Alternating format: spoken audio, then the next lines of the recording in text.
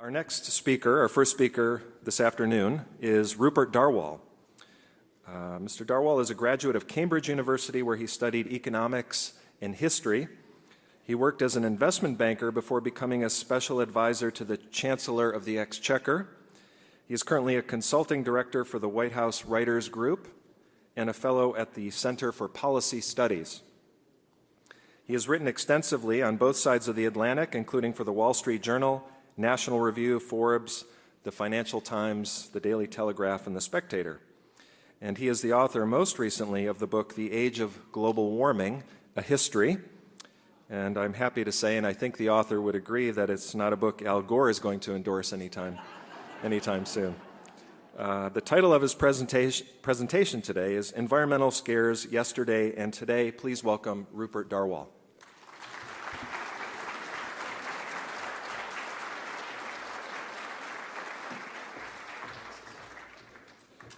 I've been asked to talk to you about environmentalism and the politics of recurring environmental scares, of course, the biggest and most recent one being global warming.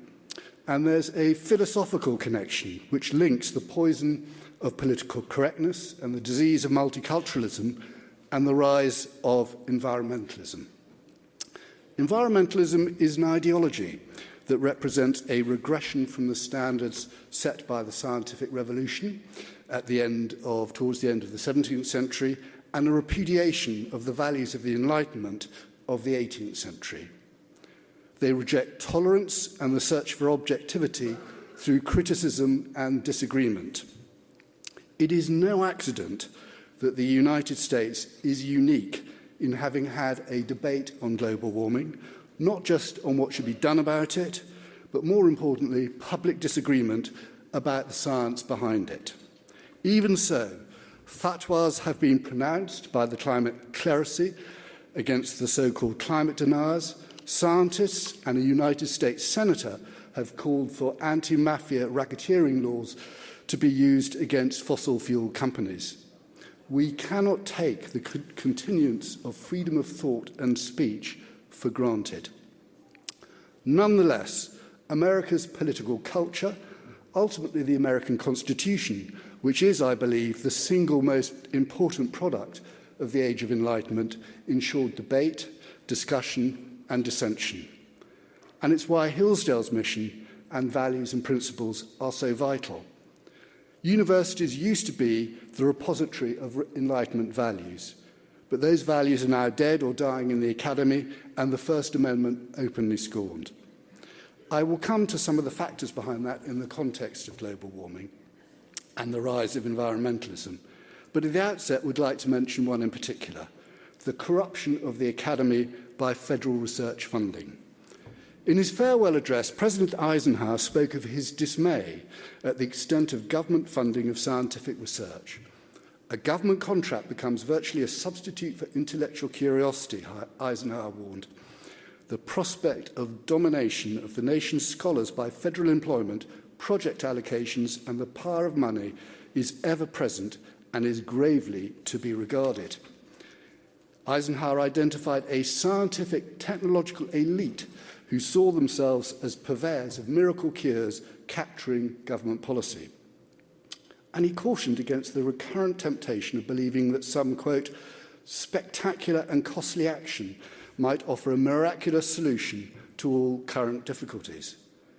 Thanks to environmentalism, in our day, the miraculous cures have been inverted. That danger can be seen very clearly in global warming. Now scientists discover eco-catastrophes and they preach planetary apocalypses. A key tenet of environmentalism is the preeminent role of science, that science should be mobilized to save the planet, science as global therapeutics. This, in turn, gives rise to another regressive feature of global warming. Because climate science became the leading branch of global therapeutics, it made climate science too big to fail. In becoming a tool of political advocacy, the nature of climate science became antithetical to the nature of science itself. What is called objectivity consists solely in the critical approach, the philosopher Karl Popper wrote. Because criticism risked undermining the consensus needed to save the planet, evidence was withheld and criticism delegitimized as serving the interests of malign fossil fuel corporations and malevolent climate deniers. Climate science is paying a steep price for its political preeminence. And perhaps the most important idea I'd like to get across this afternoon is that environmentalism is an ideology in just the same way as Marxism is and can be analysed as such. But whereas Karl Marx and Friedrich Engels themselves wrote the canonical texts of Marxism, with environmentalism there is no foundational text from which the ideology sprang, fully formed, as it were. Rather, environmentalism is a confluence of ideas into one big idea, which today has reached its highest form in the idea of global warming. Environmentalism borrowed the concept of alienation from Marxism, this time the rich man's alienation from the means that made him rich, or in the case of Prince Charles, those that made others rich. Marxism was about changing class relations with the means of production, of expropriating the bourgeoisie so the proletariat can enjoy the full fruits of its labour. By contrast, environmentalism requires a change in the means of production themselves, a far more radical proposition, requiring a rollback of the Industrial Revolution. And it's here that there's a big divergence between the old left, Marxist and non-Marxist, and environmentalism. On the one hand, Marx and Engels saw capitalism and industrialization as welcome and historically inevitable stages on the road to communism. They were, therefore, anti-environmentalists. Marx and Engels utterly rejected the notion of capitalist economies being constrained by a fixed resource endowment and by static technology. Quote, "We start from the premise that the same forces which have created modern bourgeois society will also suffice to raise the productive powers of each individual so much he can produce enough for the consumption of 2, 3, 4, 5 or 6 individuals." Environmentalists, on the other hand, believe that modern industrial civilization has sundered humanity's umbilical cord with nature in a process that threatens our survival as a species and the planet's future. Too many people consuming finite resources, upsetting fragile ecological balances. Alarm about population growth was first popularised by Thomas Malthus at the beginning of the 19th century, a century in which Britain's population nearly quadrupled and life expectancy began its long-term increase. Despite the total failure of Malthus's prediction that population growth would be repeatedly checked by famine, disease and war, for true believers, the idea that there are, or that there will be, too many humans on the face of the planet is an article of faith. However, Malthus's ideas on human population were a major major influence on Charles Darwin. So in this regard, it's perhaps worth recalling what Friedrich Engels wrote in the 1860s, because it has a big carryover to environmentalists today. Nothing discredits modern bourgeois development so much as the fact that it has not yet succeeded in getting beyond the economic forms of the animal world. To this day, think Paul Ehrlich in his bestseller The Population Bomb, biologists are among the leading anti-population preachers. By the middle decades of the 20th century, as Ben Shapiro, and we had a question from the floor, we talked about the Frankfurt School, and Marxists had to work out why the working class and advanced capitalist societies showed no inclination at all to revolution. The Frankfurt School, who, as Ben said, they fled Nazi Germany and settled in America for a short time, for 20 years, some of them, merged Marx with Freud to develop a cultural explanation. But doing so led to a break between the old left and the new left. Intellectuals such as Herbert Marcuse castigated American blue-collar workers as accomplices in the emergence of fascism in late-stage capitalist society. Quote, "Violation of the earth is a vital aspect of the counter-revolution," Marcuse told a 1972 conference on ecology and revolution. He yoked together protests against the Vietnam War with environmentalism. The genocidal war against people is also ecocide. Their training in Marxist dialectics enabled the Frankfurt School to furnish progressives with the linguistic weaponry to fight the culture wars with which we've become so familiar. They perfected the technique of taking two words with antithetical meanings and ramming them together to drain them of all positive attributes. Totalitarian democracy is one. Repressive tolerance, the title of a polemic Marcuse wrote in 1965, is another. In this way, the new left jettisoned the old left's promotion of industrialisation and the economic interests of the working class. For anyone who is not a Republican operative, it is plain to see that the crisis on the left, caused by its abandonment of the interests of working people in favour of saving the planet, presents a huge opportunity for right-of-centre politicians. Marcuse and the Frankfurt School have had a great impact on American university life, out of all proportion to their number, and I think in leaching out the values of the Enlightenment from American universities. In the words of a historian of the Frankfurt School, who's very sympathetic to them, quote, although they wrote and lectured about an intellectual tradition critical of most aspects of US society, scholars of the Frankfurt School were invited into the establishment, earning chairs at such prestigious universities as Harvard, Yale, Princeton, Cornell, Columbia, Duke, the University of California at Berkeley, and the University of Chicago. Other developments around this time reinforced the Frankfurt School's call for a radical rejection of Western industrial civilization and Western values. The sudden emergence of environmentalism as a political movement can be dated with precision. 1962 and publication of Rachel Carson's Silent Spring. In reality, Silent Spring is a work of fiction, and all the more powerful for that. Its impact was immense. I would go so far as to say that Silent Spring is the most consequential book of the post-war era. Just 10 years separate its publication from the first major UN conference on the environment in Stockholm in 1972. The nature and purpose of the natural sciences also began to change around this time. It was in the 1960s and the early 1970s that scientists staked a claim to political power when the West experienced its first environmental wave, which was propelled by Silent Spring. 1968 saw the formation of the Union of Concerned Scientists, 98,000 strong nowadays, with a $28 million campaigning budget. Its website proclaims its mission as being about the health of the planet. In the early 1970s, scientists claimed that economic growth was in conflict with nature and environment. In 1972, 37 eminent experts, including 5 fellows of the Royal Society and 16 holders of science chairs at British universities, put their names to a document that predicted the termination of industrial civilization within the lifetime of people then living. From the 1960s onwards, the belief that mankind's interventions in nature risk catastrophes of one kind or another led to a recurrence of environmental scares.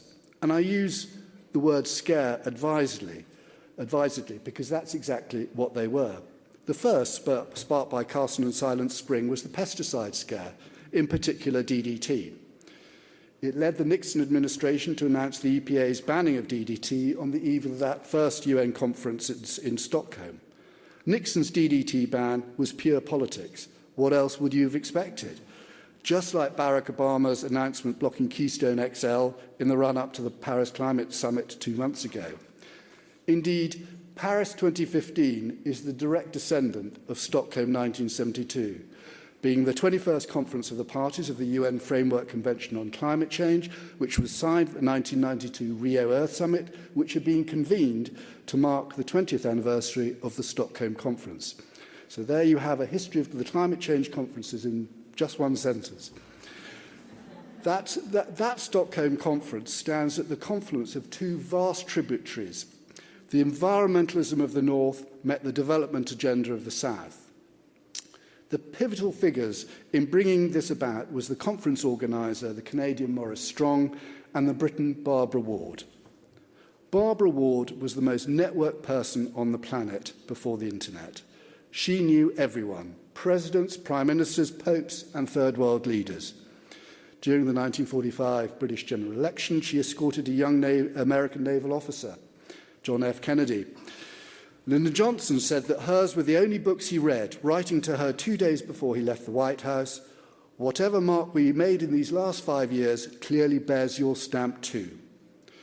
To avert the threat of a third world boycott of the UN conference, Barbara Ward and Maurice Strong, sipping Dom Perignon in his New York apartment, they were very upmarket champagne socialists, devised a political formula to insulate the third world's development aspirations from first world environmentalism.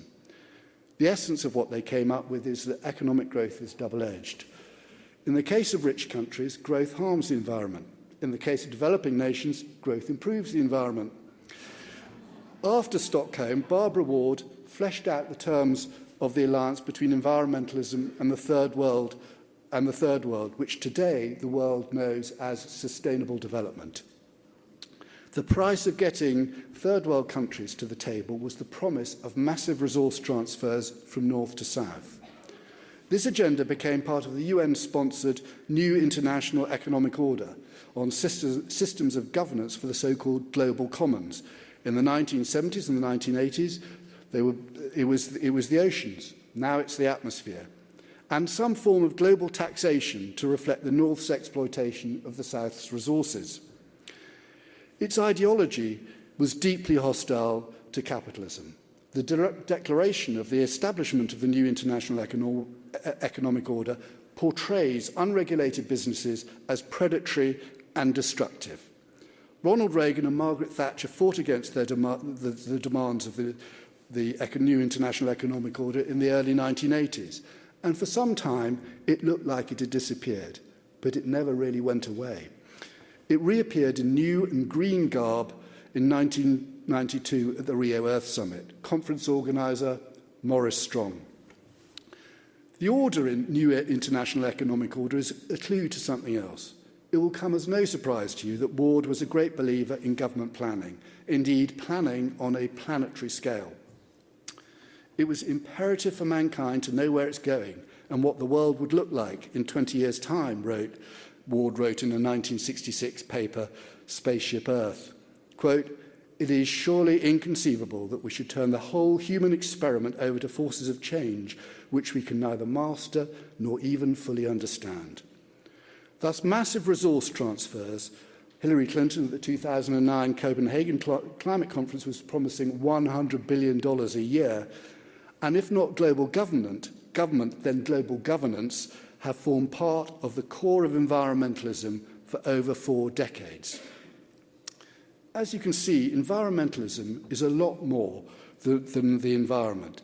And in some respects, it's not about the environment at all. And here it's time to dispel a common myth about environmentalism, that it is about conserving nature and preserving endangered species. In fact, environmentalists' concern about nature is highly partial. It all depends on the cause, not the effect. One reason environmentalists campaigned against DDT was because it allegedly led to thinner eggshells of eagles and other raptors, putting their survival at risk. We now know this was false. Raptor eggshells have been thinning long before the introduction of DDT. On the other hand, environmentalists don't object when raptors are killed in environmentally friendly ways. Eagles and other birds of prey are attracted to thermals you get in the hill country. Those same hillsides are now dotted with wind turbines. So which should it be, raptors or wind farms? For environmentalists, the mass eco-slaughter of eagles, raptors and migratory birds by the rotating blades of wind turbines is necessary. Wind farms good, coal-fired power stations bad. The Intergovernmental Panel on Climate Change, the IPCC, even has a set of holy spurious numbers to justify this wind-powered avian holocaust. As I said, the determining factor is the cause, not the effect. After DDT, next down the pike was the acid rain scare of the 1970s and 1980s. And in many ways, this is the most interesting, as it really was a dry run for global warming. They had the same enemy, coal-fired power stations, and they had the same answer, emissions cuts, sulfur dioxide for one, carbon dioxide for the other. The National Academy of Sciences linked the two. The science of acid rain, it said, was much further developed than global warming. What the NAS doesn't want you to know is how the supposedly settled science of acid rain subsequently fell apart. Sure, power stations make rain more acidic. Rain is naturally acidic, especially after thunderstorms. But acid rain wasn't the cause of lake acidification. Acid rain wasn't destroying forests. A handful of brave scientists found that changes in land use, not acid rain, had caused the lakes of the Adirondacks to become acidic and lose their game fish. The EPA knew all this full well when it pushed the Clean Air Act amendments through Congress in 1990 and delayed publication of the final report of the 10-year federal acid rain research programme which set this all out. Yet 25 years on, if you go to the EPA's website, it falsely states that acid rain is a serious environmental problem affecting large parts of the United States that is particularly damaging to lakes, streams and forests. How to say this politely? What the EPA asserts about acid rain is a downright scientific fraud. Given this, does anyone really think that the EPA is in the business of discovering the truth about global warming? And would it tell us if it found anything that might put a question mark over what has become politically settled science? So it's perhaps worth going back to what climate scientists were saying about global warming before politics settled the science. The first chairman of the IPCC, Bert Berlin, acknowledged that man-made global warming was not something which you can prove. The IPCC's first assessment report, produced in 1990, is distinctly equivocal. It noted that a global warming of a larger size had almost certainly occurred at least once since the end of the last glaciation, without any appreciable increase in greenhouse gases. Quote, "Because we do not understand the reason for these past warming events, it is not yet possible to attribute a specific proportion of the recent smaller warming to an increase in greenhouse gases." The IPCC went on to note the existence of many significant uncertainties and inadequacies in the observational climate record, in knowledge of the causes of natural climatic variability and computer models. For this reason, the IPCC concluded that, quote, "Scientists working in this field cannot at this point in time make the definitive statement, yes, we have now seen an enhanced greenhouse effect," unquote. In climate activist parlance, in 1990, the IPCC were climate deniers. So whenever you hear Bill McKibben or Senator Sheldon Whitehouse or the Attorney General of New York or Bernie Sanders and Hillary Clinton claim that ExxonMobil or whoever somehow hid the truth about global warming, point them to what the IPCC was saying in 1990 and then ask, have there been any scientific discoveries since 1990 to justify changing that conclusion? Sure, we have had the now discredited hockey stick, which purportedly showed falling global temperature for 900 years and a sudden increase at the start of the 20th century. We've had satellite data of atmospheric temperature, which the climate clerisy prefers to downplay. And we've had 18 years or so of climate model predictions bounding ahead of observations. That should give any true scientist pause for thought. A good model is a means of systematically bringing together understanding of a scientific problem to yield predictions and then test that understanding against nature. If the predictions are wrong, it follows there's something wrong or incomplete with scientists' understanding. I referred a little earlier to a profound and subtle change in the nature and purpose of science. And here's a key point about it. This is not about advancing scientific knowledge on climate. It's about war. And science is one of the weapons used in that war. Science has been weaponized. The climate wars will decide whether we let the market provide us with the cheapest, most reliable forms of energy to power economic progress. Take away fracking, and the anemic economy of the Obama years would now have barely recovered. Or it will determine whether America will follows Europe down its wind and solar policy calamity. Right at the moment that President Obama and the EPA are taking America down the path of energy purgatory, the Europeans are waking up to the enormity of their mistake. 2 years ago, the European Commission published a paper on its post-2020 climate and energy targets. It gave Europe a get-out-of-jail card. The new renewable and decarbonisation targets would only apply to Europe as a whole. There would be no targets for individual member states. Imagine if the EPA had set a federal target but no state targets. The Clean Power Plan would be dead.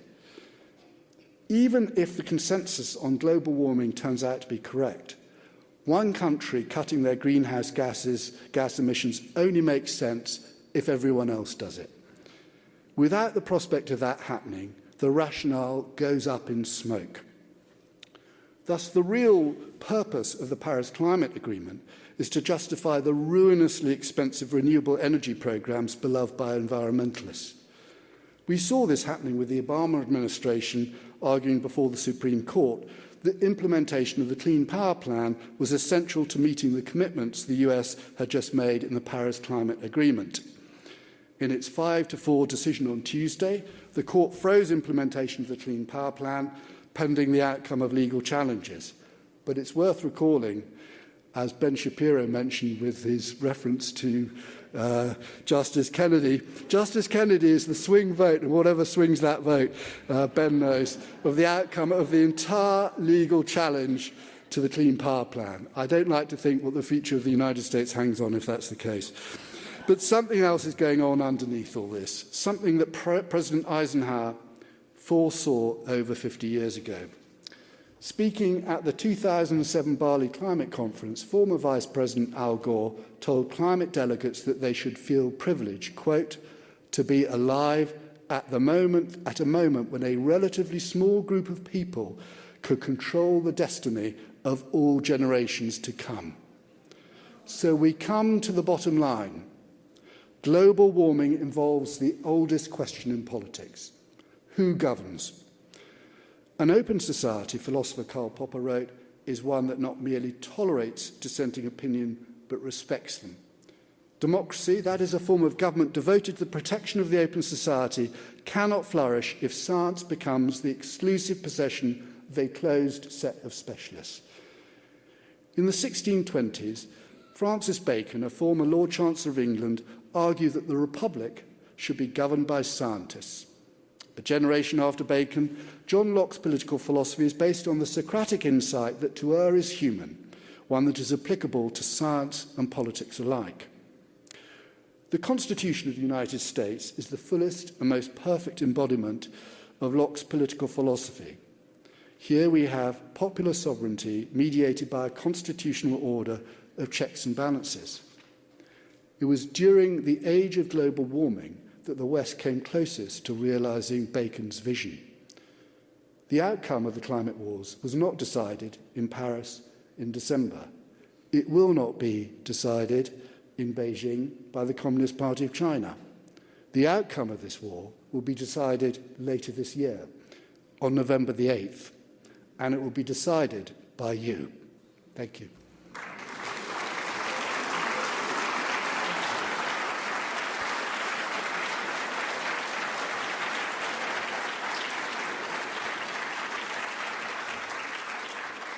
We have some time for some questions. Please raise your hand.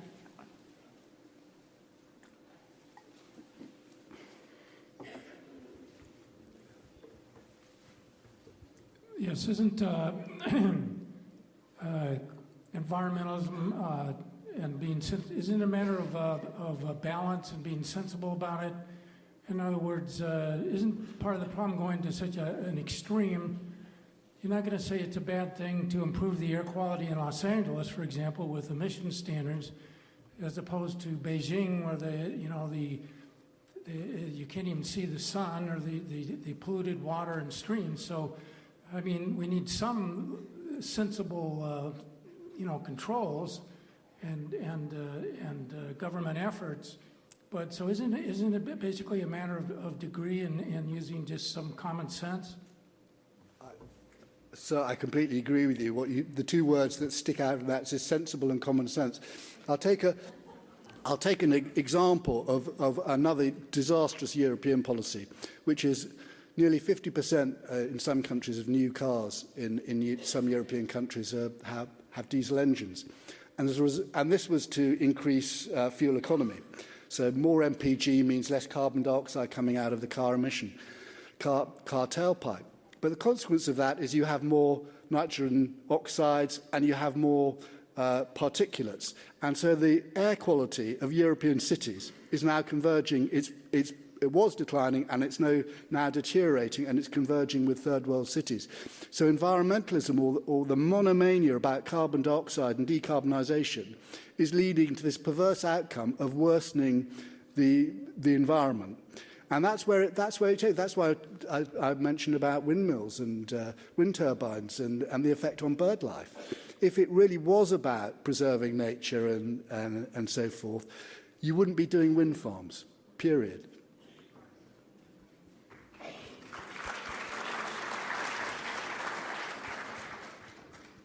Thank you very much. In a society that has a knee-jerk reaction, I'm interested in what you would say, if you had your crystal ball, what you think the fallout will be as a result of Flint, Michigan's water crisis. Well, I would take another example of environmental mishandling, which is the EPA releasing, was it 2 or 3 million tons of mine wastewater in that river in Colorado. And the problem is that when you're saving the planet, you're not doing the things that really matter. You're not looking after the local pollution. Most pollution is local, and you need to focus on the local pollution. It's when they get into saving the planet that you lose touch with all that.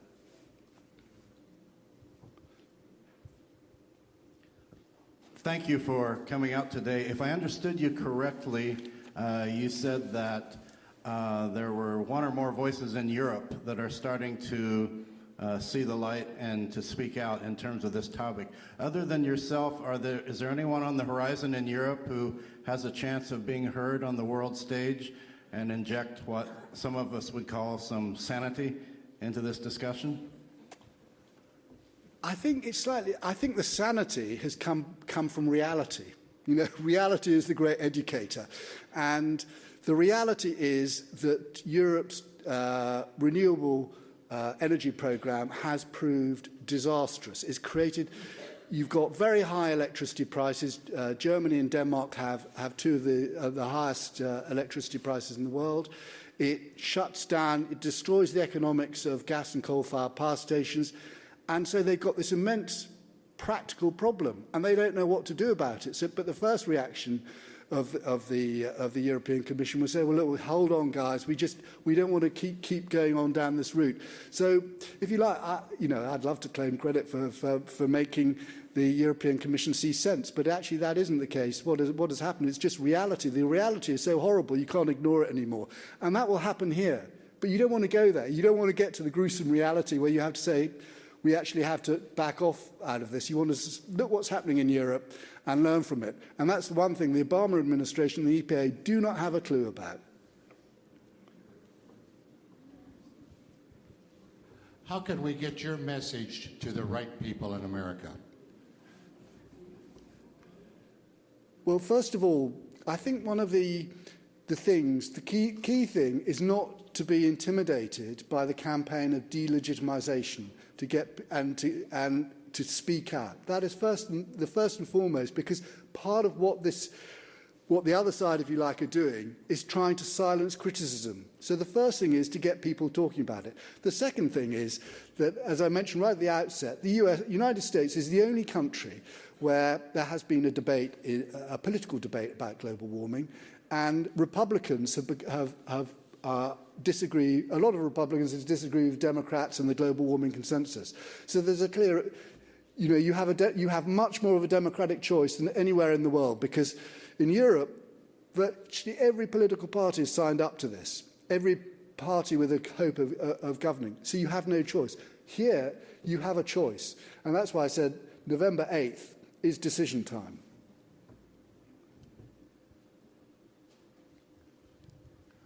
I have two questions. I'm ready here. First of all, is there a way to hold Gina McCarthy up to sufficient ridicule so that she has to resign whether Obama has her back or not?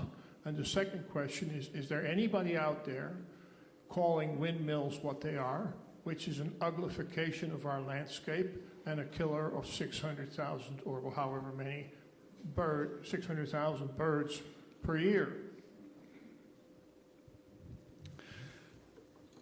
The problem with the EPA is that it's a completely unaccountable federal agency, and it really the only person Gina McCarthy is accountable to is the president, and that's why I come back to the answer I just gave. It really depends on the outcome of the next election. I completely agree with you on if you look at the way the EPA, I've got an article on today's National Review Online about this, but the EPA is a lawless agency. It doesn't just go to the limits of the law, it goes way beyond the law, and you've seen this, it's been involved in covert lobbying, which the General Accounting Office said was violated federal law. So, as I say, this is an agency that's out of control, but it's not answerable to anyone other than the president. So, what was the second question, sir? I think with what you see with what I call the avian holocaust is that a lot of the environmental NGOs a lot of their funding comes from very large West Coast foundations that are very, very green, and they are very closely aligned with the renewable industry, and that is a big problem. On the other hand, there are smaller nature conservation societies which have the interests of the birds first and foremost. But I think this is a crisis of environmentalism. Is environmentalism about protecting nature, or is it about a huge political agenda? And I think because the environmentalist NGOs have gone on the ideological agenda, it is leading to all these problems, and at some point they will be called out on it.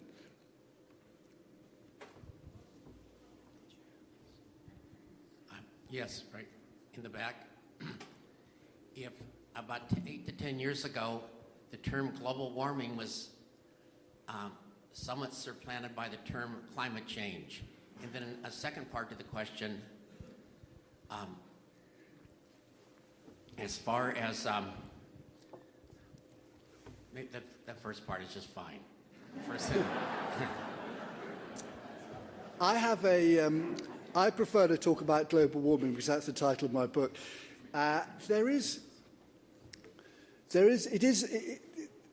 This is a difficult one because if you look at the nomenclature, there was talk about climate change.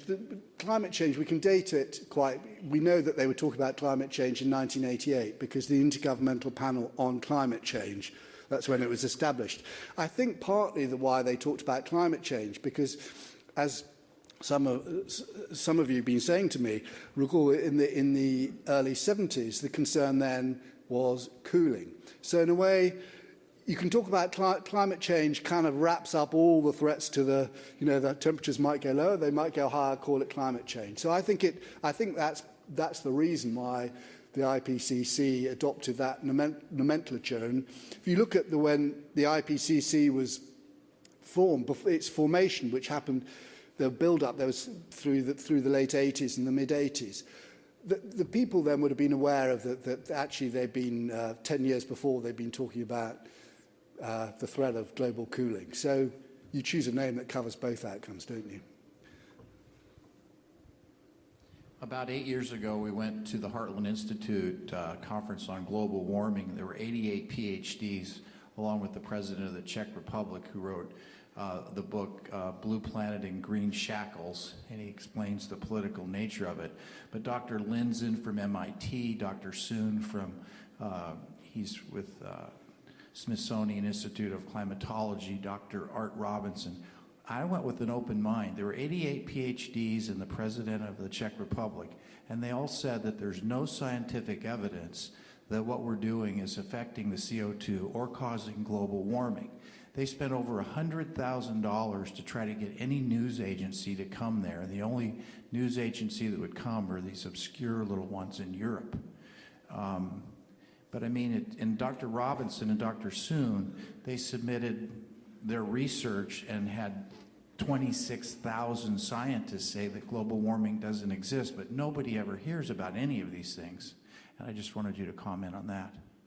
Yeah, I think this is what I referred to earlier, is the delegitimization of criticism and alternative views. And it's a huge, they've got to take competing explanations off the table. And that's why it's terribly important, as I said earlier, is to keep talking about it.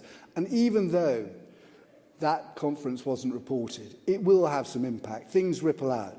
And I can't say more clearly. It's critical to keep talking about it and present alternative points of view.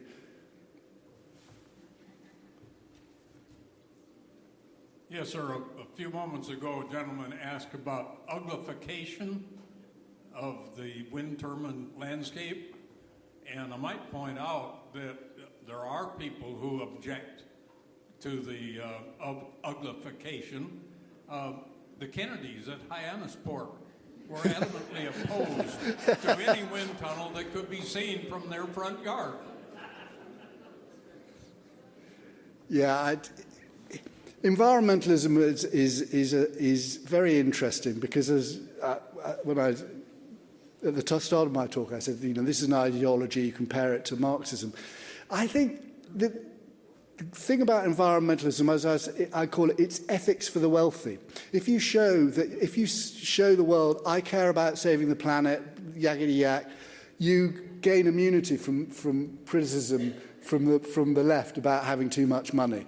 And I think that accounts for a lot of why a lot of wealthy people are so ostensible about being green. It's, as I say, ethics for the wealthy. That's terrific. What's your position on nuclear power?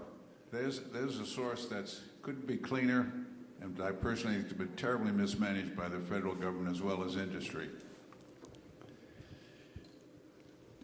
Nuclear power is once you've got a nuclear power once you've built a nuclear power station, the economics are very, very clear. You want to keep that nuclear power station running for as long as you possibly can, because the costs are upfront in terms of building it, and then the costs at the end when you decommission it. That's where the costs are, and the running costs in the middle are really quite low.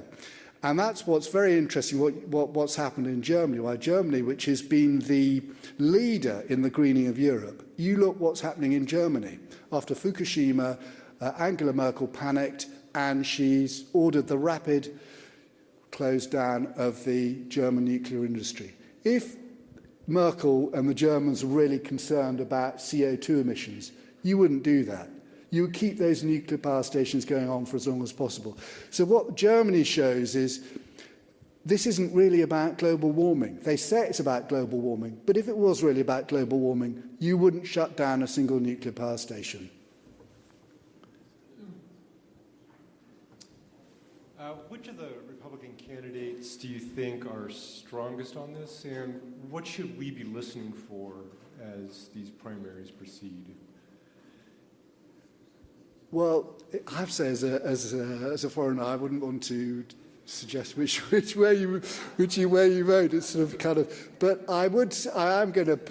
There are some things you can hear with some politicians, and you just know they're going to be really bad on this. So when Jeb Bush says, I want to create consensus in Washington, and there are so many people on the planet we're bound to be having an effect on climate, kind of alarm bells ring a little bit, so anyway.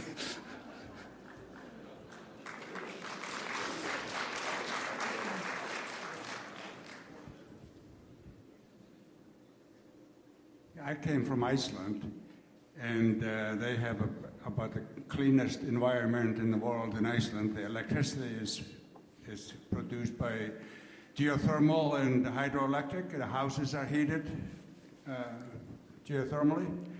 Yet, we had a little volcano in Iceland last year, 7 months, and we were the biggest polluter 6 of the 7 months in the world. Country of 330,000 people. I want your comments about that. Well, I think the country that actually takes, I think Germany scores very highly as a climate hypocrite for closing down its nuclear power stations. But the other one that's strongly in the running, I wouldn't put Iceland in. I've been to Iceland once. I really love the country. But I think the other one that sticks out is Norway. They're going zero. They're boasting they're going zero carbon. And where's their wealth come from? It comes from under the North Sea from oil. I mean, you just can't make that stuff up, can you?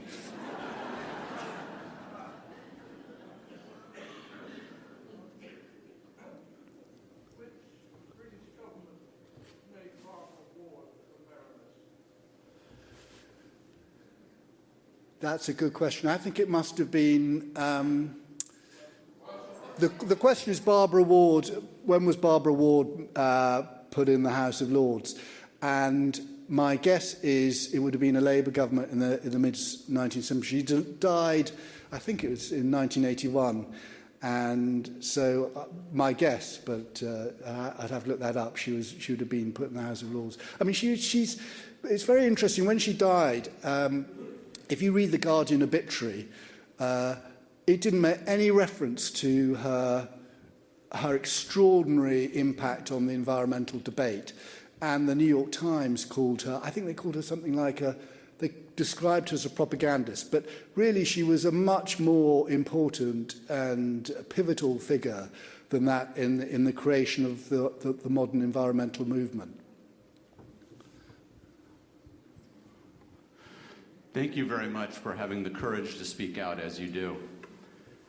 Scientists that are skeptical, including very famous ones, Richard Lindzen of MIT, Ian Plimer of Australia, even Bjorn Lomborg, who agrees with some of the global warming ideas, are ostracized and have funding removed and their positions at the research institutions compromised.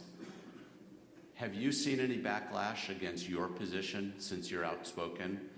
And what would you say to those scientists that are bold enough to speak out despite the fact that their personal positions are often compromised as a result of doing so? What you've described is what President Eisenhower warned about in his farewell speech. And if you look at what happened with acid rain, it's very instructive because the lead scientist on the federal research program,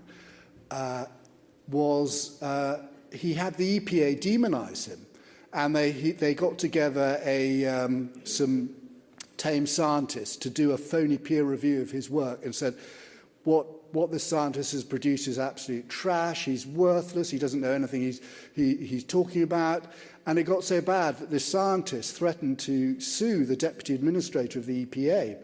And then the EPA did this, he got in a bit of a panic about it, and they FedExed an apology to this scientist. But he got the apology, but he didn't get any further research work. So I'm afraid I don't have any good news on that score. I think that the power of politics and the state and the climate industrial complex is so strong that it's extremely difficult for scientists. Basically, they are taking a decision to sacrifice their career when they speak out, which is why it's older scientists who've nearing the end of their working lives who are in the position to speak out. But I think that aspect is the price that science has paid for environmentalism and global warming.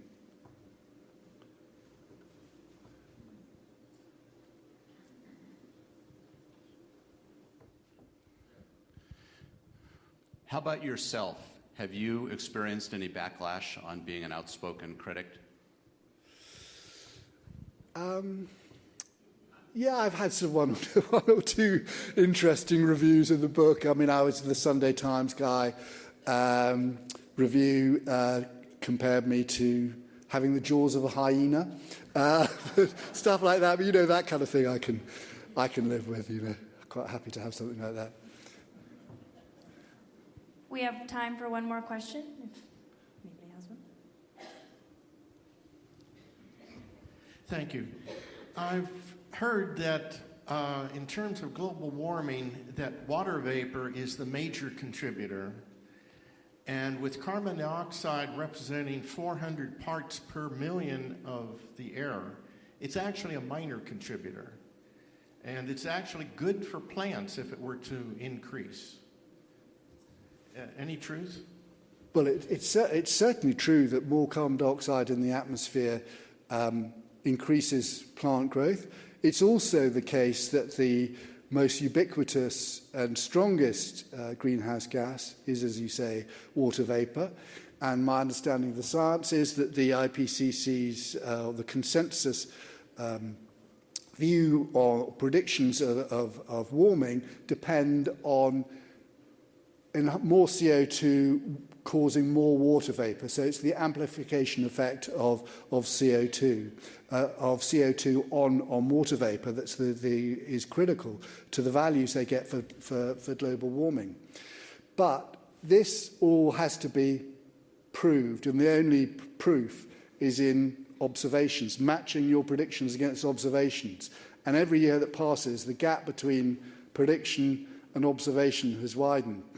And that, you know, if they were true scientists, they'd be asking themselves, well, actually, we have to revise, you know, perhaps there isn't so much of an amplification effect. But that is a matter for scientists to work out, not to justify their predictions, but to change, to accept that they need to change their understanding of what's going on in the Earth's atmosphere. Thank you. Thank you very much.